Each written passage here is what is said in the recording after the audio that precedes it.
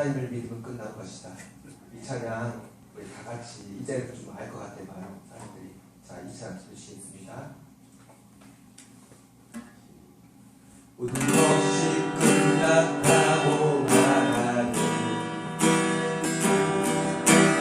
불의 마음을 보지 마라. 나는 아직도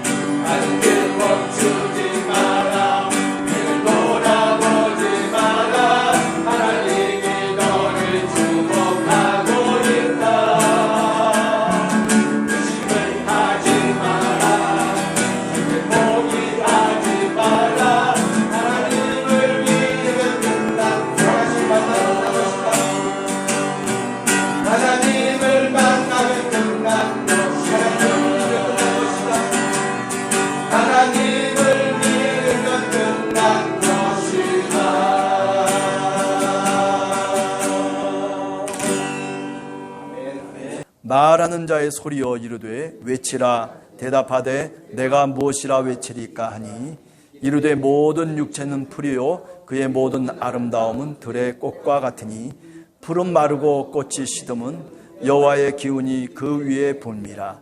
이 백성은 실로 풀이로다. 풀은 마르고 꽃은 시드나 우리 하나님의 말씀은 영원히 서리라 하라. 아름다운 소식을 시온에 전하는 자여 너는 높은 산에 오르라. 아름다운 소식을 예루살렘에 전하는 자여 너는 힘써 소리를 높이라. 두려워하지 말라. 소리를 높여 유다의 성읍들에게 이르기를 너희의 하나님을 보라 하라. 보라, 주 여호와께서 장차 강한 자로 임하실 것이요 친히 그의 팔로 다스릴 것이라. 보라, 상급이 그에게 있고 보응이 그의 앞에 있으며 그는 목자같이 양떼를 먹이시며 어린 양을 그 팔로 모아 품에 안으시며 젖먹이는 암컷들을 온순히 인도하시리로다. 아멘. 예. 자, 오늘 성경 말씀을 이렇게 읽어보면요, 이 성경 말씀이 쉬운 말씀이 아니야. 사실은 아니에요. 학문적으로 보면 굉장히 어려운 말이에요. 예. 이해하기도 참 난해한 말인데, 자, 맨 처음에 한번 보세요. 6절을 보면 말하는 자의 소리여 이르되 이렇게 얘기하고 있거든요. 이 말하는 자라고 하는 게 도대체 누굴까? 그죠? 우리가 말씀하신다라고 할 때 이 말하는 자는 결국 하나님이 아니겠습니까? 궁극적으로 보면. 예. 그런데 말하는 자의 소리, 다시 소리를 내고 다시 그 말하는 자의 뜻을 쫓아서 말하는 사람은 누구예요?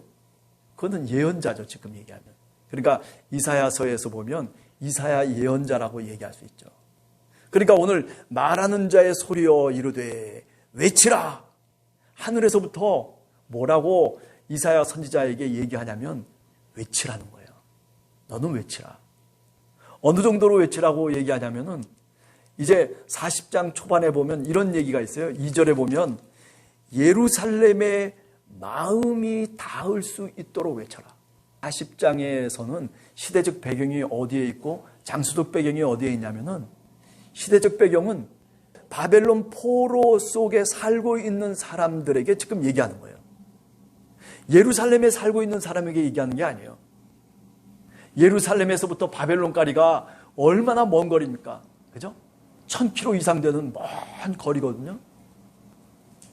그런데 지금 하나님께서 이사야 예언자를 통해서 뭐라고 예언하고 있냐면은, 뭐라고 말씀하고 있냐면, 너는 저 예루살렘에 네가 말하는 소리가, 아니 내가 외치라고 하는 그 소리가 저 예루살렘 땅끝까지 닿을 수 있도록 너는 외치라는 거예요. 죽을 힘을 다해서 누구한테 외치라는 거예요? 지금 바벨론 포로 속에 잡혀온 사람들을 향해서 외치라는 거예요. 근데 시기적으로는 어떤 시기 속에 있냐면요, 바벨론 포로를 몇 년 동안 했냐면 이스라엘 백성들이 잡혀와서 70년 동안 포로 생활을 했어요. 그런데 오늘 이 이사야 40장을 보면 이제 그 에레미야 선지자가 얘기했던 70년이 가까이 다가오고 있는 거예요. 이 70년을 바벨론에서 포로로 살다 보니까 바벨론 사람이 돼버리고 만 거예요. 여호와 하나님을 의지하고 그리고 이 고난 속에서도 하나님을 붙잡아야 되는데, 그런데 일반적인 사람들이 그렇습니까? 그죠? 현재의 그 삶에 안주해버리는 거죠. 맨 처음에는 바벨론의 포로로 잡혀와가지고 하나님께 눈물로 기도도 하고, 그리고 하나님 우리 민족을 살려주십시오, 우리를 포로에서 풀려나게 해주십시오, 뭐 하나님을 의지하면서 눈물로 가슴을 치면서 하나님 앞에 간곡하게 호소했던 그런 이스라엘 민족이었다고요. 그런데 이제 70년이 지나고 난 다음에 지금 와서는 어떻게 됐냐면 이제 모든 것들이 다 자포자기한 상태가 돼버렸어요. 이스라엘 백성들도 하나님을 찾질 않아요. 바벨론에서 살아가는 이 삶이 오히려 익숙한 삶이 돼버린 거예요. 오늘날로 얘기하면 예수 그리스도를 믿으면서 산다는 것이 사실 세상과 여러 가지 어려운 점들이 있잖아요. 그죠? 그런데 세상 속에서 살아가는 그 모습처럼, 예수를 믿지 않는 사람들의 모습처럼 이제 완전히 동화돼 버린 거예요. 예수를 믿는 사람이 빛의 역할을 감당하면서 살아야 되는데, 그런데 그게 아니라 세상에 동화돼서 살아가는 그런 모습이 지금 바벨론 포로 속에 생활하고 있는 이스라엘 사람들의 모습이었어요. 여러분, 우리들도 이런 이스라엘 사람하고 다를 바가 없는 사람들이에요. 뭐 저는 다릅니까?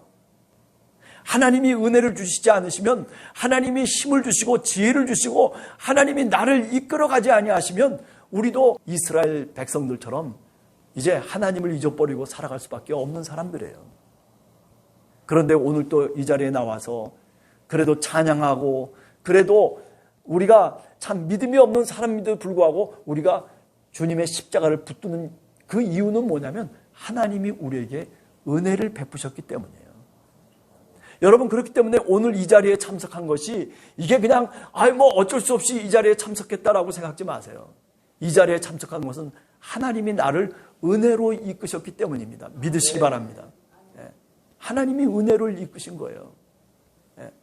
그래서 이 자리에 있는 거예요. 사실은요. 왜 신앙생활을 하다가 왜 신앙생활을 안 하게 되었는지, 왜 주님께 통해 자복하면서 가슴을 쳤던 이스라엘 민족이 이제는 하나님을 모른다 하고, 그리고 세상 속에 나가서 세상과 더불어서 그렇게 살아가고 있는지. 근데 하나님은 그 모습을 보면서 하나님의 가슴을 치는 거예요. 내 탓이다. 하나님은 네 탓이다라고 얘기하는 것이 아니라 하나님은 내 탓이다. 그래서 사실은 너 외치는 자의 소리여, 나아가서 저 이스라엘 민족에게 외치라는 거예요. 어떻게? 내 백성들에게 외치라는 거예요. 야, 이 죽일 놈들, 너희들이 하나님의 말씀을 들었지 않았으니까 너희들 하나님이 심판한 거야. 너희들 당연해. 너희들 이제 앞으로 안 돼 하고 그렇게 말씀하시는 게 아니라 위로하라. 다시 힘을 북돋으라는 거예요. 하나님은요, 이렇게 우리에게 다가오시는 분이에요. 항상요. 그 하나님의 모습이 누구를 통해서 비로소 환하게 밝히 드러났냐면 바로 우리가 믿는 예수 그리스도를 통해서예요.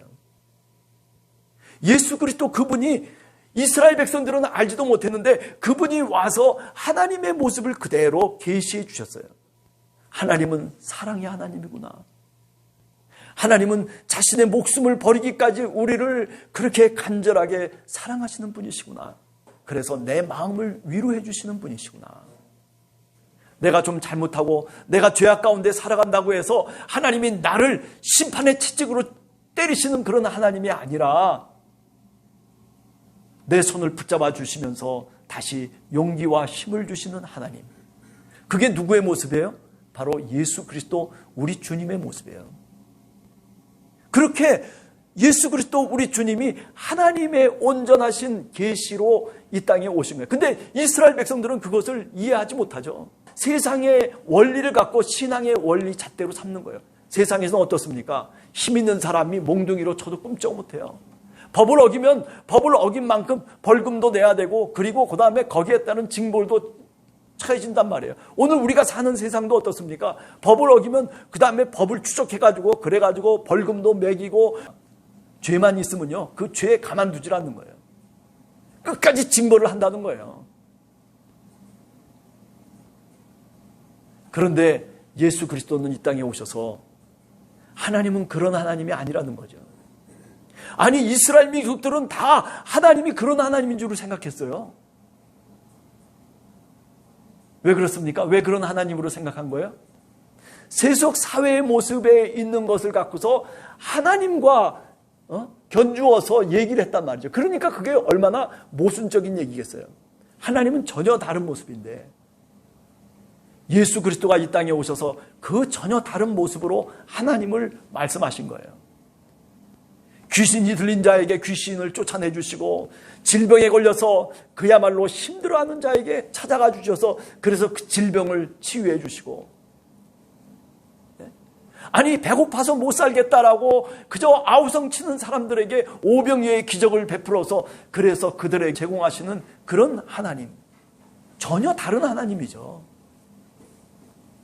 이스라엘이 지금까지 배워왔고 이스라엘이 지금까지 보아온 그런 하나님의 모습이 전혀 아니란 말이에요. 너희들이 하나님을 오해했다는 거죠. 지금 오늘 이 이사야 40장에 나오는 바로 이 하나님의 음성은 바로 그런 내용을 우리들에게 얘기해 주고 있는 거예요. 꽃이 화려하고 꽃이 시들지도 아니하고 영원토록 꽃이 아름다움을 유지할 것처럼 그렇게 생각하는 사람들아, 어리석은 사람들아, 그렇지 않다는 거죠. 꽃은 시들고 만다는 거예요. 자연의 순환을 겪을 수밖에 없는 것이, 그게 바로 우리가 살아가는 피조세계의 원리라는 거죠. 그러나 뭐라고 얘기합니까? 사람이 떡으로만 살 것이 아니요, 뭐로 산다? 하나님의 말씀으로. 그래서 8절에 보면 풀은 마르고 꽃은 시들지만은 그러나 우리 하나님의 말씀은 영원히 설 것이다. 하나님의 말씀이 우리를 살리고 하나님의 말씀, 생명의 말씀이라고 하는 것을 얘기하는, 그게 바로 누구를 통해서 드러나기 시작합니까? 바로 예수 그리스도를 통해서 비로소 드러나기 시작하는 거죠. 그죠? 그래서 요한복음에 보면 바로 예수 그리스도, 그분이 말씀이셨고, 그리고 그 말씀이 세상 모든 만물을 다 만드셨고, 그리고 그 말씀을 통해서 우리에게 생명의 빛으로, 생명으로 우리에게 다가오신 분이 누구냐면 바로 예수 그리스도, 우리 주님이라고 그렇게 말씀을 해주시고 있는 거죠. 이사야 선지자는 그렇기 때문에 어떤 꿈을 꾸고 어떤 기대를 갖고 있었냐면은 평화의 왕으로 오시는 바로 그분, 말씀으로 이 땅에 오시는 바로 그분, 그 사람을 기다리고 있었던 거죠. 바벨론 포로기에 있었던 이스라엘 백성들에게 바로 그 꿈을 나눠주고 싶었던 거예요. 바로 그분이, 그 메시아가 이 세상에 오시길 누가? 이사야 선지자가 간절하게 원했던 거죠.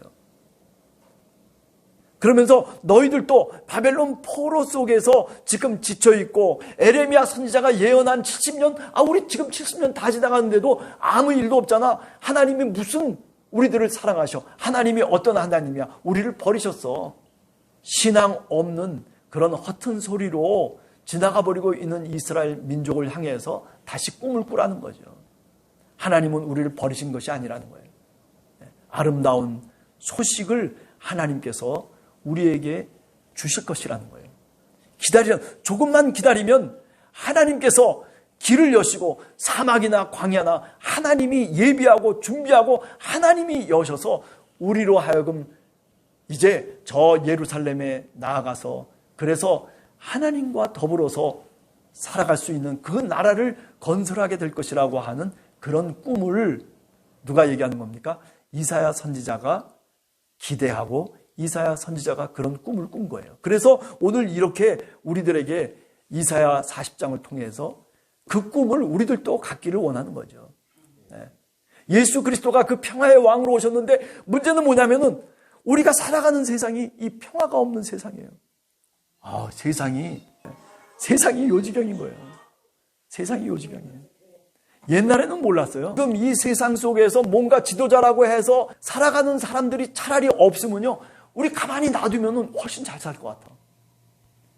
쟤네들이 다 이 세계를 망치고 있는 장본인들이에요. 다 보니까. 우리 민초들은, 힘없는 백성들은요, 가만 내버려 두면요 살아갈 수 있어요. 다 서로 협력하고 서로 사랑하고 서로. 그런데 문제는 뭐냐면 저 윗대가리에 똑똑하다라고 얘기하는 사람들이 세상을 이상하게 꼬이게 만드는 거예요.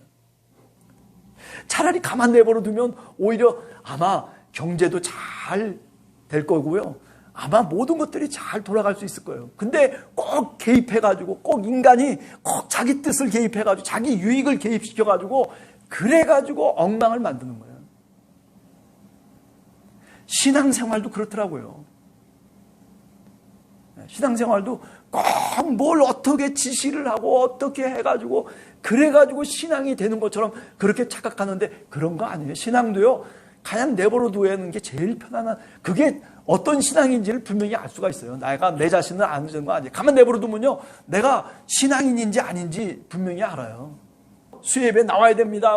그래 기도합시다. 어쩝시다. 사람들은 그런 거를 혹시 원하는 사람들도 있죠. 그런데 그러다 보면요, 내 좌표가 어디 있는지를 몰라요. 나라고 하는 존재가 얼마나 타락한 존재고, 나라고 하는 존재가 가만히 내버려 두면요, 믿음 생활 안 하는 존재들이에요. 다 우리가 그런 사람들이에요.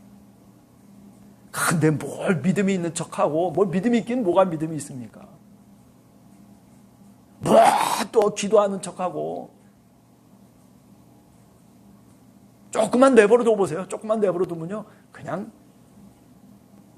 그렇게 돼버리고 말아요. 문제는 뭐냐면 성령을 의지하고 하나님이 나를 이끌어가고 계시다라고 하는 그런 분명한 의식을 갖고 사실은 신앙생활을 해야 된단 말이에요.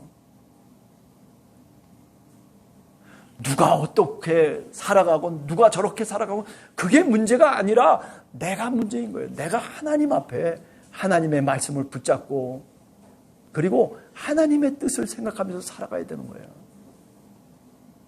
우리 한국교회가 왜 그렇게 교회들이 크고 그렇게 많은 믿는 사람들이 있음에도 불구하고 왜 사회는 이 모양이 되냐면요, 이런 의식과 이런 분명한 신앙관이 없기 때문에 그런 거예요. 한 주간을 우리 살아가면서 하나님의 은혜 따라서 살아갈 수 있는 여러분들 되시기를 간절히 소원합니다. 기도하겠습니다.